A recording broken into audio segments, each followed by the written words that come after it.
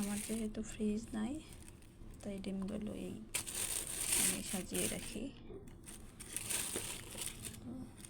চার হালে ডিম খাওয়া ফেলতে হবে, কারণ এগুলো গরমের দিন এমনি নষ্ট হয়ে যাবে, যেহেতু ফ্রিজের ব্যবস্থা নাই। তো এখানেই সাজিয়ে রাখি।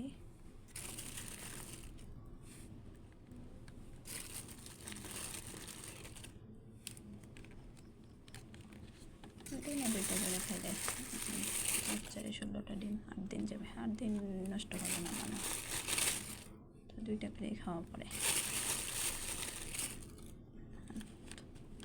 আমি একটা বড় বক্স যে ফ্রিজিং করে রাখবো, তো ফ্রিজের কোনো ব্যবস্থা না থাকাতে এইভাবে রাখতে হয়। সবার কপাল তো আর একরকম হয় না, আমি একটু ডিফারেন্ট জীবনযাপন করতেছি আর কি। এটা আমার কপালে আছে হয়তো বা।